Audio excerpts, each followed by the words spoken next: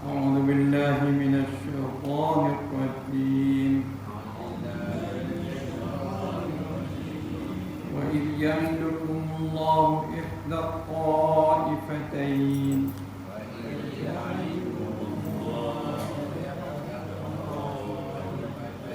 أنها لكم وتودون أن غير ذات الشوكة تكون لكم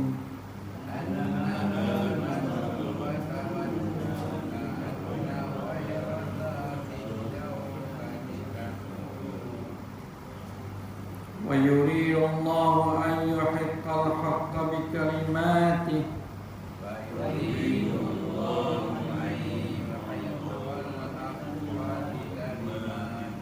ويقطع دابر الكافرين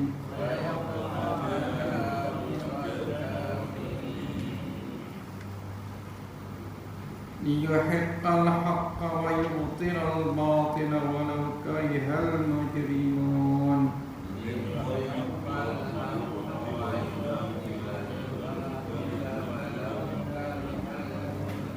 174 يستغيثون ربكم فاستجاب لكم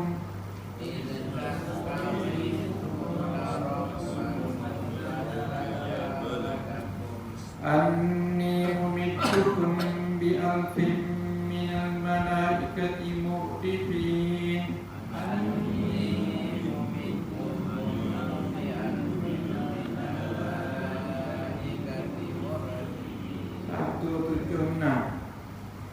وما جعله الله إلا بشرى ولتطمئن به قلوبكم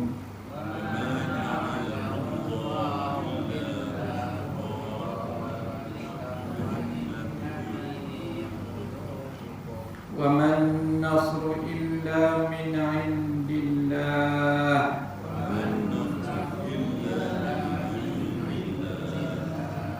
إن الله عزيز حكيم.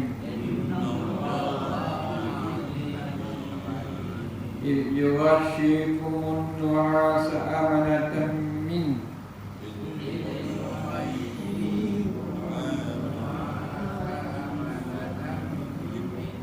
وينزل عليكم من السماء ماء ليطهركم به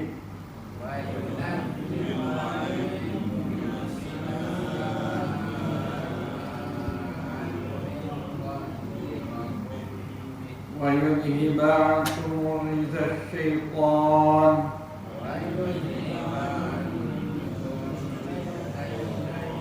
وليربط على قلوبكم ويثبت به الأقدام.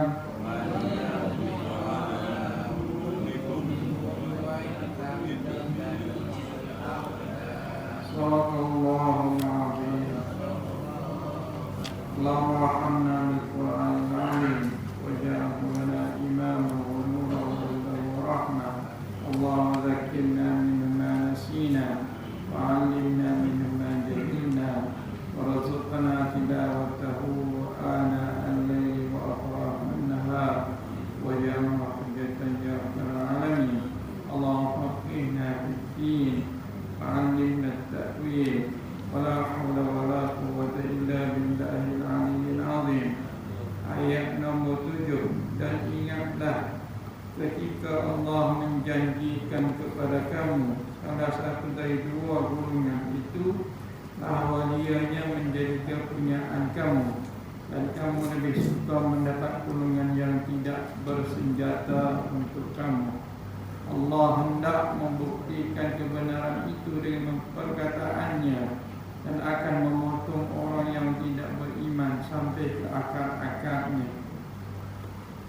Liyuhiqqal haqqa wa yubtilal batila walau karihal mujrimun. Ayat nombor 8. Supaya Allah membuktikan kebenaran perkara yang benar dan membuktikan kepalsuan perkara yang palsu, walaupun orang-orang yang tidak berdosa itu tidak menyukainya. Kalau pada ayat yang terdahulu disebutkan Allah hendak membuktikan kebenaran yang berupa kemenangan mengalahkan musuh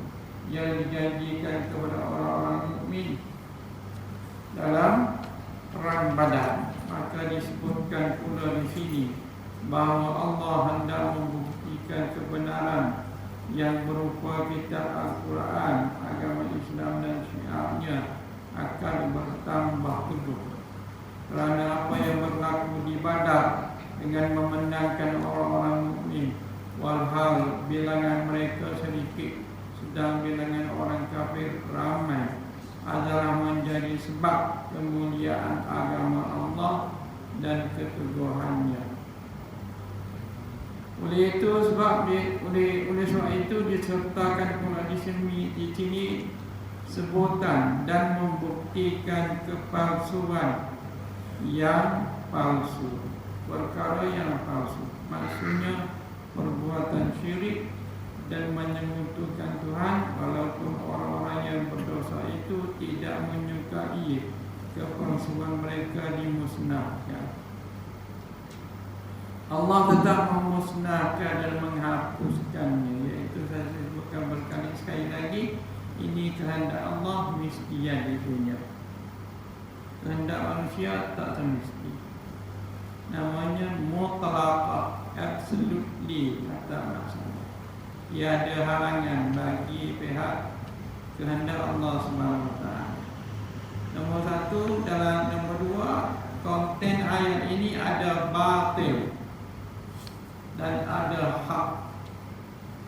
Yuhiqqal haqqa, supaya yang benar-benar itu benar, wa yubtilal batila, supaya yang batil itu terhapus. Maka datanglah doa, Allahumma arinal haqqa haqqan warzuqna ittiba'ah wa arinal batila batilan warzuqna ijtinabah. Yaitu doa ini dinasbahkan kepada Sayyidina Umar radhiyallahu anhu, bukan hadis Nabi tapi doa Sayyidina Umar radhiyallahu anhu. Bila di-compare dengan ayat-ayat yang lain, doa ini dari segi maknanya sangat-sangat sahih.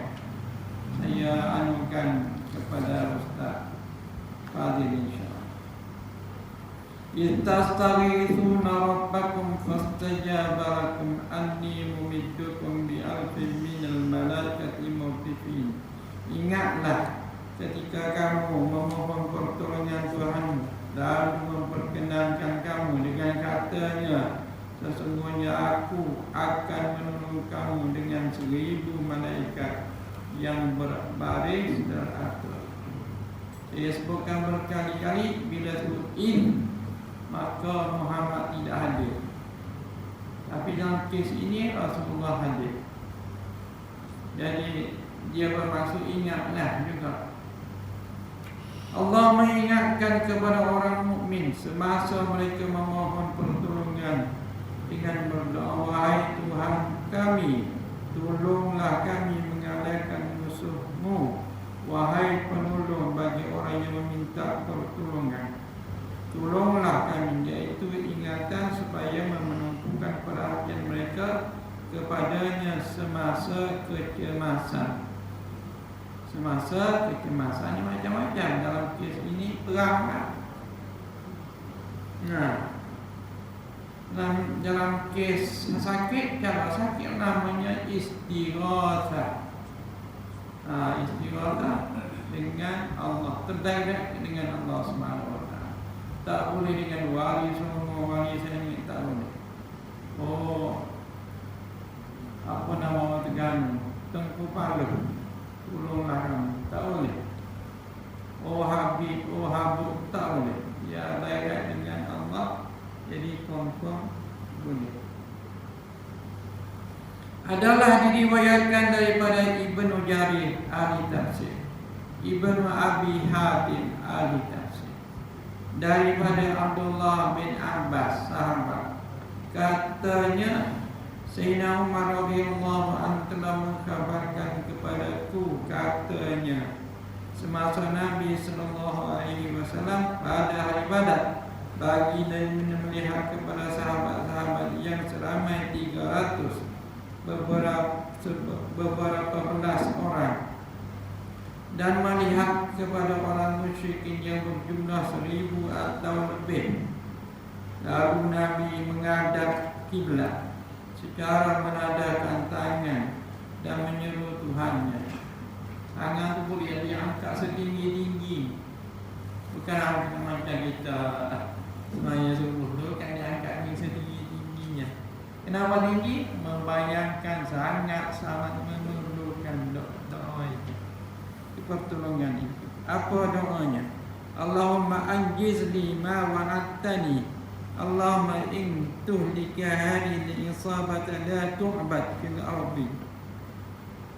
Ya Tuhanku, tunaikanlah kepadaku apa yang Kau janjikan kepadaku. Ya Tuhanku, sekiranya Engkau membinasakan kumpulan ini, yaitu tentera Muslim, nescaya Engkau tidak akan disembah di muka bumi. Kalau kami yang kalah ini, habis. The whole din habis. Ada. Jadi tolonglah. Baginda masih juga terus menyuruh Tuhannya dengan menadahkan kedua belah tangannya sambil menghadap kiblat. Ini ada berdoa, terutamanya dalam kes emergency. Hingga jatuh serbannya. Lalu datang Abu Bakar mengambil radhiyallahu anhu mengambil serban itu dan letakkan di kedua bahu baginda. Kemudian Abu Bakar menyertai duduk di belakang baginda dan berkata, Ya Nabi Allah, cukuplah Tuhan merayu Tuhan. Sesungguhnya dia akan tunaikan kepada Tuhan apa yang dijanjikannya itu. Maka Allah turunkan ayat Izdastaghitu narabbakum sehingga ke akhir. Maka manakala berlakulah pertempuran pada hari itu, Allah telah menewaskan orang-orang musyrik di antara mereka 70 orang terbunuh dan 70 orang tertawan. Fastajaba lakum anni mumiddukum bi alfin. Lalu memperkenalkan kamu dengan kata-katanya, sesungguhnya aku di sini Allah, maknanya direct. Saya suruh berkali kalau tidak direct, tetapi di sini adalah direct. Aku menolong kamu dengan 1000 malaikat yang berbaris lagi teratur. Doa mereka dikabulkan Tuhan dengan mengirim 1000 malaikat membantu mereka dalam peperangan Badar untuk menewaskan musuh. Malaikat-malaikat tersebut berbaris di belakang satu sama lain dengan teratur. Adalah diriwayatkan bahawa Jibril membawa 500 malaikat. Mikail membawa 500 yang lain, membantu mereka dengan menjelmakan seperti lelaki mengendarai kuda yang berbelang hitam dan putih, pakaiannya putih dan serbannya pun putih, terkulur di antara kedua-dua belah belikatnya. Ini kehadiran malaikat dalam peperangan, dan kita wajib kerana al-imanu bil malaikah. Pun yang kedua, pun yang ketiga dan seumpama.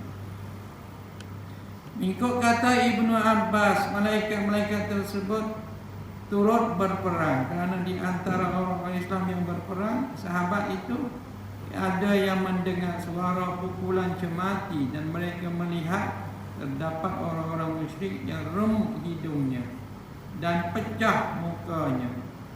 Ini ketuk kata-kata betul lah, perang-perang betul. Tetapi setengah kaum mengatakan mereka bahawa malaikat tidak berperang. So apa yang buat? Mereka hanya turun untuk meramaikan bilangan orang-orang Islam dan untuk meneguhkan pendirian semangat mereka sahaja. Ini terbukti dalam firman Allah pada ayat yang berikut, iaitu wa ma ja'alahu Allah illa busyra. Biarkan. Saya tidak setuju dengan pendapat yang kedua. Saya setuju dengan pendapat pertama, iaitu memang join sebagai askar seperti yang akan dinyatakan dalam ayat 21. Fadrib fawqal ala duwabirum kullabana. Ketuk leher, potonglah leher, itu mati. Fadrib fawqal a'na wadribu kullabana. Potonglah tangan, potonglah kaki supaya tak lari. Kita dalam ayat 21 dalam surah ni, dalam surah Al-Anfal. InsyaAllah kita akan dapat. So, pendapat yang kedua dia kata begini. Nah, apa dia?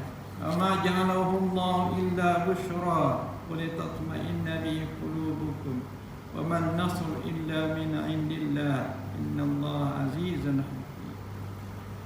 Tak lain Allah menjadikan itu hanya untuk menggembirakan dan supaya dengannya hati kamu menjadi tenteram. Dengan sebab ramai tambah raya. Dan tidak ada pertolongan melainkan datangnya daripada Allah. Sesungguhnya Allah itu perkasa lagi bijaksana. Sebarang kemenangan ia daripada Allah Subhanahu wa taala. Allah tidak mengirimkan pasukan malaikat yang berbaris itu melainkan hanya untuk membawa berita gembira bahawa orang-orang mukmin itu akan mendapat kemenangan dan supaya hati mereka menjadi tenteram. Ini berarti para malaikat itu tidak turut berperang, kata pendapat kedua. Tetapi mengikut kaul yang sahih, malaikat-malaikat itu turut berperang dalam perang Badar, seperti yang dinyatakan dalam hadis yang diriwayatkan oleh Ibnu Abbas radhiyallahu anhu. Iaitu saya berpendapat dengan Ibnu Abbas. Tapi saya kutkan ayat 21 yang akan datang.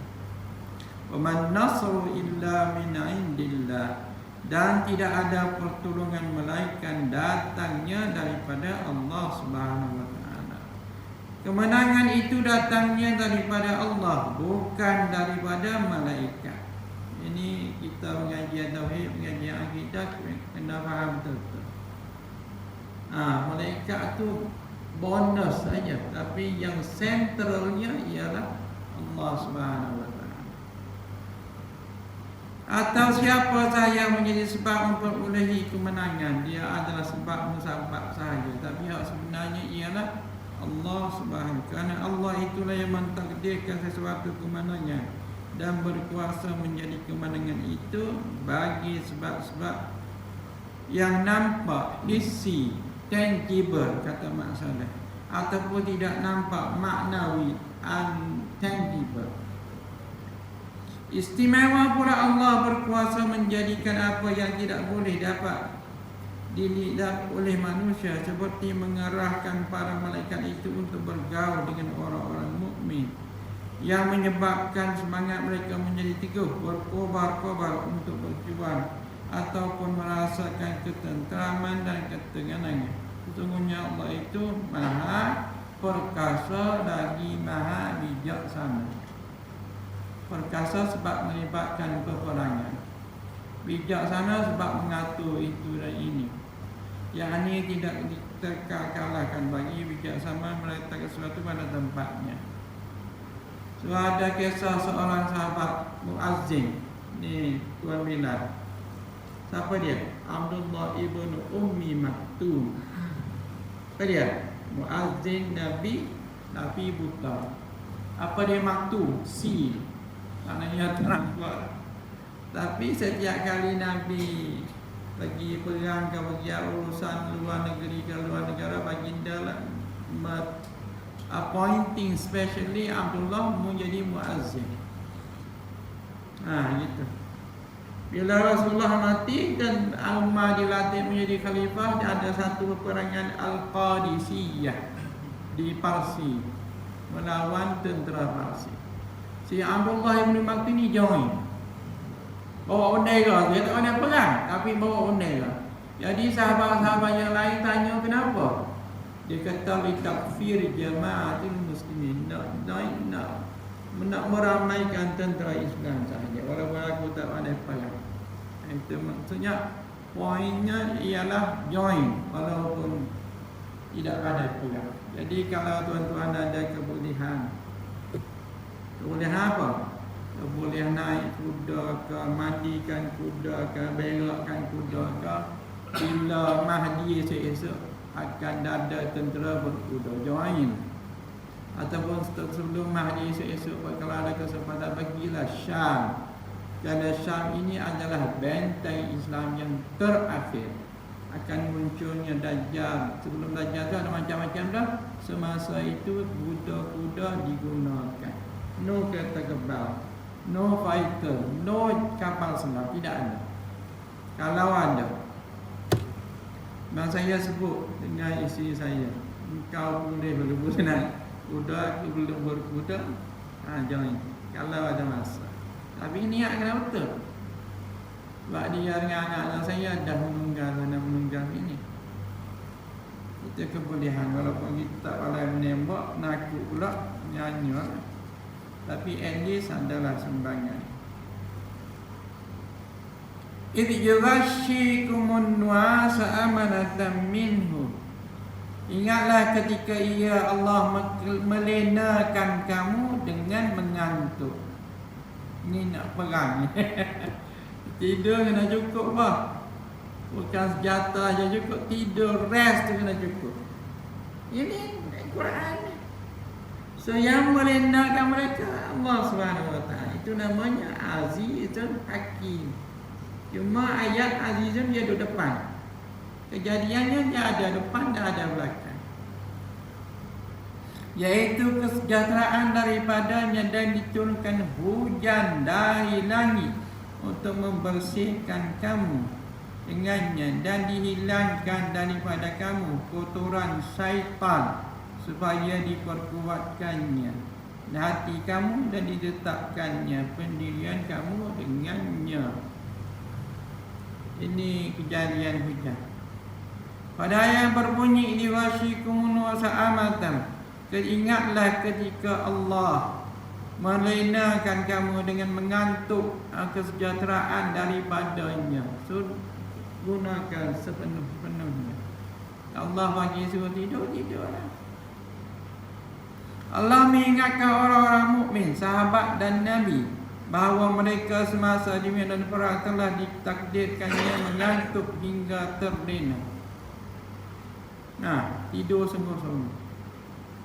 Tentulah orang-orang yang mengantuk akan hilang rasa ketakutannya yang mempengaruhinya. Ini tika normal lah, tika tak normal tidurlah mana tak tertidur. Maka macam-macam film tak tidur juga. Sebab apabila mereka mengantuk, maka perasaan mereka waktu itu menjadi aman, sejahtera, tidak terasa takut diperangi musuh yang lengkap bersenjata dan bilangan berlipat ganda dari bilangan mereka. Rasa aman sejahtera itu datangnya daripada Allah Subhanahu wa taala. Tadi kemenangan itu daripada Allah. Lena-lena ini daripada Allah. Kata Ibnu Mas'ud, mengantuk dalam perang merupakan kesejahteraan daripada Allah Subhanahu wa taala. Mengantuk dalam sembahyang perbuatan syaitan. Memang ada, tapi saya nak ceritanya adab-adab menguat ketika solat. Kena tutup dengan tangan kiri ke tangan kanan lah, ikut suka lah. Ngantuklah ada kisah-kisahnya gitu. Tapi kena tutup mulut tu. Kerana tengah menguap ini menyebabkan syaitan boleh masuk dalam badan, termasuk ketika solat. Kena ingat. Telah dikatakan bahawa orang-orang mukmin itu berasa takut apabila melihat bilangan musuh yang amat ramai dan banyak senjata. Bila sedang bilangan mereka sedikit dan kurang pula senjatanya, serta berasa haus yang amat sangat. Jadi turunnya hujan, datangnya mengatur, dapatlah dua rahmat. Tetapi sekala mereka terlena disebabkan mengantuk, terasalah rehat oleh mereka, hilang rasa penat dan haus. Ini menyebabkan mereka dapat semula memerangi musuh. Sesungguhnya terlena disebabkan mengantuk itu merupakan nikmat yang sangat besar. Wa yunazzilu 'alaikum minas sama'i ma'an liyutahhirakum bihi. Dan diturunkannya hujan dari langit untuk membersihkan kamu dengannya. So, boleh mandi, boleh enjoy.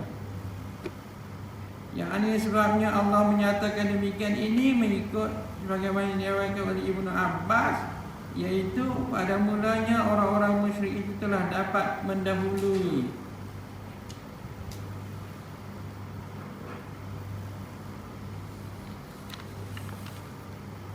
orang-orang Islam dengan menawan kawasan tempat yang berair, bergebu air. Tapi mula-mulanya dikuasai oleh musyrikin, sehingga orang Islam menjadi kehausan. Maka terpaksalah sembahyang ke keadaan junub dan berhadas. Macam mana cerita tadi itu? Maka dimandikannya dengan air hujan, maknanya mandi wajib. Kerana yang ada pada mereka hanya kawasan yang berpasir sahaja. Maka syaitan pun melemparkan rasa kesedihan dalam hati mereka. Syaitan berkata, patutlah kamu mendakwakan bahawa bersama-sama kamu ada Nabi, dan bahawa kamu adalah wali-wali, sedang kamu sembahyang dalam keadaan berjunub dan berhadas. Apa cer? Gitu. Bahasa orang moden. Lalu Allah turunkan hujan dari langit sehingga penuh lembah dengan air yang mengalir di tempat mereka. Maka Allah pun maka orang Islam dapat minum. Mereka juga dapat menyucikan diri, dan pendirian mereka itu menjadi teguh, berdiri teguh di atas pasir yang menjadi padat kerana disirami hujan. Padahal sebelum hujan pasir itu terlalu lembut yang menyebabkan kaki mereka terperosok ke dalam. Bila memijaknya, hilanglah was-was syaitan dari hati mereka. Ini tabiat rahsia. Macam kita pergi pantai lah, walaupun berpasir, yang kena pantai tu, yang kena ombak tu, dia kemas. Yang tak kena ombak tu, dia lus-lus begitu lah. Itu yang berlaku kepada sahabat radhiyallahu anhu. Jadi bila turunnya hujan, pasir itu jadi kemas. Tidak dia orang musyrikin, dia jadi banjir. Itu dalam riwayat yang lain lah. Maka kerana itu Allah menyatakan dalam firman-Nya berbunyi, wa yudhibakum rijza syaitan wa yarduqa ala qulubikum wa yuthabbita bihil aqdar, dan dihilangkannya daripada kamu kotoran syaitan supaya diperkuatkan hati kamu.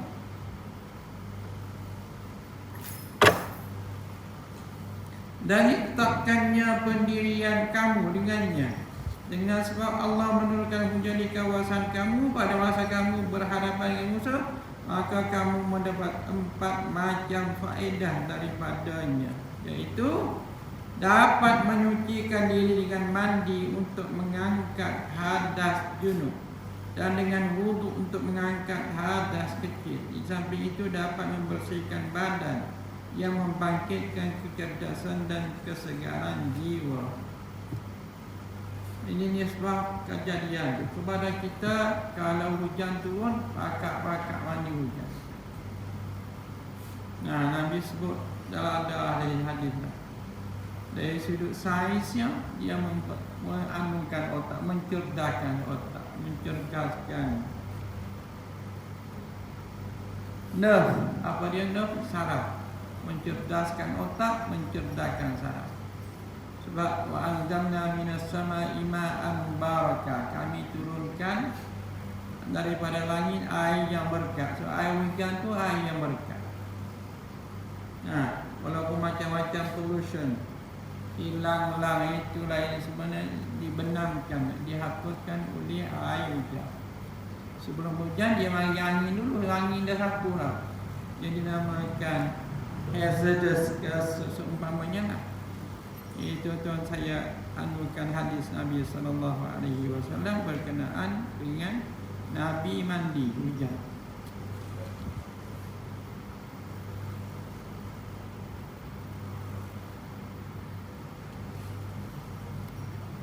Pasir itu terlalu lembut yang menjaga kaki mereka tersorok ke dalam. Bila memijatnya, dan hilanglah was-was syaitan. Dan Allah menyebut, dan hilanglah daripada kamu kotoran syaitan supaya diperkuatkan hati kamu. Mana hilang. Yang kedua, hilangnya was-was, hilangnya kehilangannya daripada kamu kotoran syaitan, iaitu segala was-was dan kata-kata yang menggoda kamu, jadi menjadi lebih semua. Kalau tak silap saya, Harun dia ada sebut, kalau ada syaitan mandi hujan malam Jumaat, kalau boleh. Kalau tak mandi, tak ada hari hujan malam Jumaat, kepada yang masuk jin, yang masuk Al-Tantuyah dan seumpamanya. Itu kena ingat. Iaitu kelebihan, antaranya kelebihan dari sisi yang lain, kelebihan yang hujan dari sisi yang lain. Ketika diperkuatkannya hati kamu, iaitu menjadi teguh, tetap sabar dan waspada semasa bertempur memerangi musuh. Keempat, diletakkannya pendirian kamu dengannya, iaitu pada mulanya pasir di kawasan kamu berada keadaannya kering lagi lembut, hingga kaki kamu terperosok ke dalam apabila memijaknya. Kemudian apabila timpa hujan, pasir itu bertukar menjadi padat dan dapatlah kamu berdiri teguh di atasnya. Ini realiti. Jadi kuda pun okey, sebab pasir sudah padat. Maka kekuatan hati dan keteguhan pendirian dalam peperangan adalah di antara sebab-sebab untuk mencapai kemenangan. Sebaliknya pula, kelemahan hati dan pendirian yang tidak tetap itu merupakan gejala-gejala yang mendatangkan kekalahan. Patut disebutkan di sini bagaimana Nabi SAW selalu menghargai pendapat-pendapat daripada sahabat-sahabatnya dalam menjalankan taktik peperangan. Tidak hanya memakai pendapat sendiri kalau perkara itu bukan merupakan wahyu atau perintah Allah, sebagaimana contoh di bawah seperti berikut. Mengikut riwayat Ibnu Ishaq, ni ahli sejarah, bahawasanya Al-Habbab bin Al-Mundhir, sahabat, berkata, "Ya Rasulullah, adakah Tuhan berpendapat di sinilah tempat kita berhenti mengikut perintah Allah?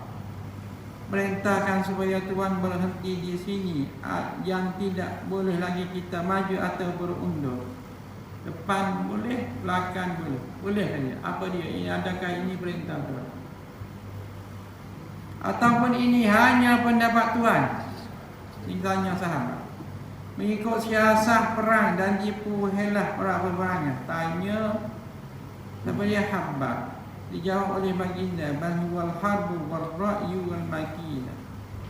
Bahkan itulah siasat perang, pendapat saya sendiri, dan tipu helah peperangan. Ini pendapat pribadi, bukan wahyu, bukan apa.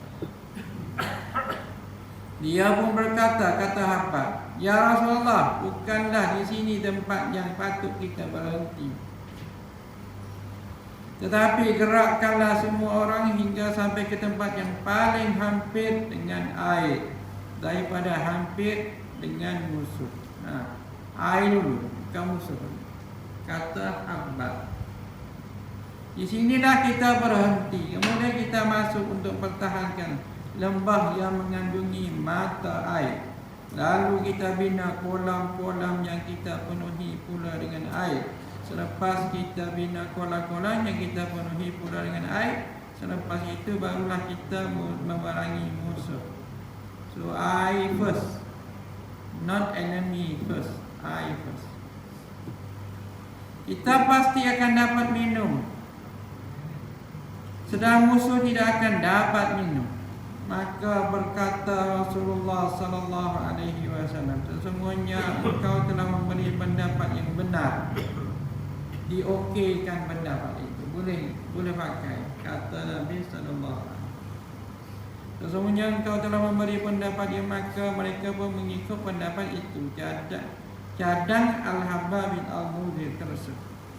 "Yuhi rabbuka ilal malaikati inni anni ma'akum wasabbitul ladina amanu sa'ulqi fi qulubil ladina kafaru ru'ba fadribu fawqal a'naq wadribu minhum kulla banan." Ayat 12, bukan 21 yang saya sebut tadi.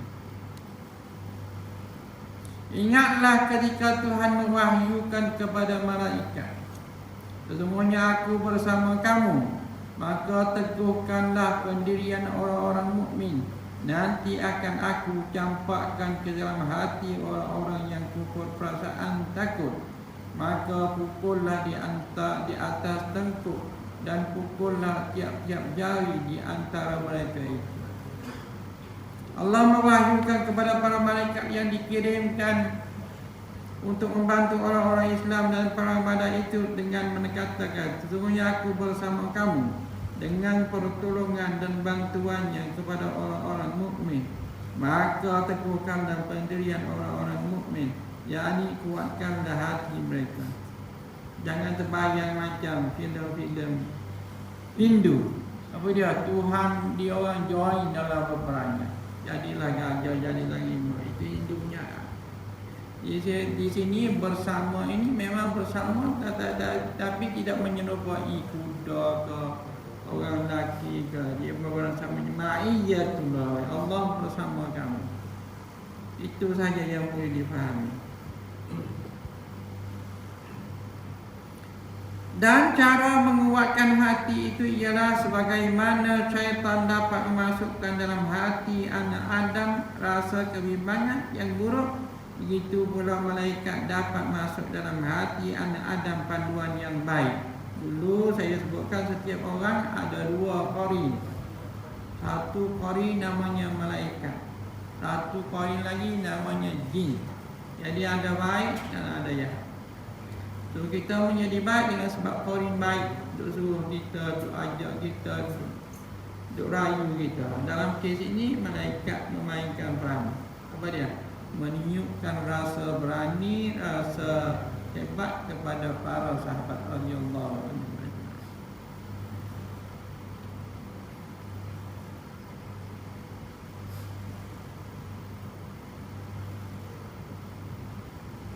Bernama waswas dan yang dimasukkan oleh malaikat namanya ilham, dan itulah yang dikatakan at-tasbih. Pada tasbih, kukuhkan, hebatkan pendirian para sahabat, yakni keteguhan. Adalah dikatakan para malaikat menjelma dengan beberapa lelaki yang berjalan di hadapan barisan sambil berkata, bergembiralah kamu, sesungguhnya Allah membantu kamu mengalahkan mereka. Ini sebelum peperangan. Nanti akan aku campak ke dalam orang-orang yang kufur perasaan takut, kata Allah Subhanahu wa taala. Yani perasaan takut yang mengenai segenap hati orang kafir itu adalah merupakan nikmat kepada Allah kepada orang-orang mukmin. Seberapa nikmat? Banyak bah. Hujan lagi, tidur lagi. Orang kafir menjadi takut dan gerun. Selain daripada faktor malaikat. Maka pukullah di atas tengkuk, pukullah tiap-tiap jari di antara mereka itu. Yang ini firman ditujukan kepada para malaikat. Kerana mengikut kata Ibn Ambari. Ini ramai ni, saya kena tolong tuan-tuan. Buat nota kecil. Sebab ramai ni. Bahawa malaikat itu tidak tahu kehendak memerangi anak Adam, maka Allah mengajar yang demikian. Iaitu memenggal leher musuh dan sendi-sendi tangan mereka. Perlu sendi-sendi itu diputuskan supaya tidak dapat memegang senjata. Jadi potong semua sendi. Potong kepala, habis. Yang confirmnya potong kepala. Ada riwayat daripada Abu Dawud, seorang yang ikut dalam peperangan Badar berkata, Abu Dawud ulama hadis, seorang tidak disebut namanya, tapi semestinya sahabat. Saya mengikuti salah seorang musyrik untuk memenggangnya. Tiba-tiba kepala telah terputus berpedang saya sampai ke leher. Maka tahulah saya yang telah dibunuh oleh orang yang selain saya makhluk misteri. Ini kata pengarang almarhum. Adalah diriwayatkan ketika Rasulullah sallallahu alaihi wasallam berkata kepada Abu Yasar, bagaimana engkau menawan Al-Abbas Abu Yasar menjawab, "Ya Rasulullah, saya telah dibantu oleh seorang lelaki yang tak pernah saya lihat sebelum dan sesudahnya."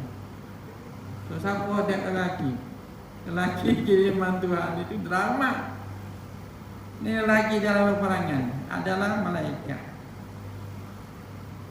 Maka kata Rasulullah, keadaan orang itu begini. Maka kata Rasulullah sallallahu alaihi wasallam, sesungguhnya malaikat yang mulia telah menolong kau. Adapun peristiwa perang Badar berlaku subuh hari 17 Ramadan tahun kedua Hijrah. Ni kita dianukan subuh. Pentingnya subuh. Nabi dilantik jadi nabi subuh. Gitu. Alaisa subuhu biqarib. Ada juga yang dimusnahkan oleh Allah pada waktu subuh. Kita selalu anu-anukan dengan geng-geng Hamas. Nak jadi Hamas pun. Tapi subuh mesti 40 subuh. Yang saya tahu lah. Orang lain tak tahu. Dan ada lah yang tengok-tengoknya. Gitu. Orang yang jaga spy menentukan bahawa ini adalah orang yang sembahyang 40 waktu. Itu syaratnya jadi brigade Hamas yang saya tahu. Jadi kalau profesor subuh tak boleh. Profesor ke doktor kan nak join Hamas tak boleh. Jadi sebelum apa-apa ini pentingnya subuh. Ustaz. Ya. Nanti saya bertanya. Ya. Kita depresi atau Allah turunkan hujan ni. Jadi yang pertama dapat mencucikan diri daripada mandi. Atas gunung dan sebagainya. Jadi dalam masa sekarang ni, nak di kawasan sini, kita asap kenderaan, asap kapal terbang, asap industri. Bila hujan turun, rasa jangan kotor lah. Ya, tak kata. Sebelum hujan biasanya mari angin dulu. Kemudian mari hujan tu bersih. Ma'an mubarakan. Mana tidak ni. Pada saya lah. Kalau saintis kata tak boleh, kita lain lah. Macam perang Teluk dulu kan. Air hujan tu berminyak. Jadi keluarlah amalan-amalan tu. Jangan mandi, jangan apa, jangan tak ada air, jangan apa. Sebab keadaan terlalu perang tu. Kalau keadaan kita macam jelebu ni kan, yang boleh selesai bereskan ialah angin dan hujan saja.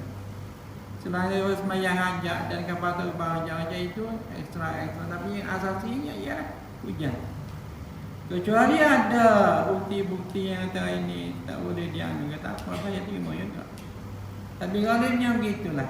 Yang boleh bereskan masalah pollution, masalah pencemaran ini hanya hujan dengan angin sahaja, insya-Allah.